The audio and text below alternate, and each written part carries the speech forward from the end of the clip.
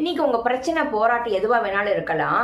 உங்க ஆத்மாவை பார்த்து நீங்க பேசணும். என்ன தாவீது இதுல பேசுறாரு, என் ஆத்மா நீ ஏன் கலங்குற, எதுக்கு நீ குழம்பி இருக்க, எதுக்கு நீ பயப்படுற, எந்த இடத்துல நீ தேங்குகிறாய்னா ஒரு மாதிரி போட்டு வருத்தப்படுறது, தயங்குறது, யோசிக்கிறது, இந்த காரியம் எப்படி முடியுமோ, இந்த காரியம் என்னமா நடக்குமோ, அது உங்கள் குடும்பத்தை குறித்து இருக்கலாம், பிள்ளைகளை குறித்து இருக்கலாம், உங்கள் கல்யாண வாழ்க்கையை குறித்து இருக்கலாம், உங்கள் பொருளாதாரத்தை குறித்து இருக்கலாம், உங்கள் ஆவிக்குரிய விஷயத்தை குறித்து இருக்கலாம், நித்தியத்தை குறித்துக்கான காரியங்கள் இருக்கலாம், எதுவாக வேணாலும் இருக்கலாம், ஒரு மரண பயமாக கூட இருக்கலாம்.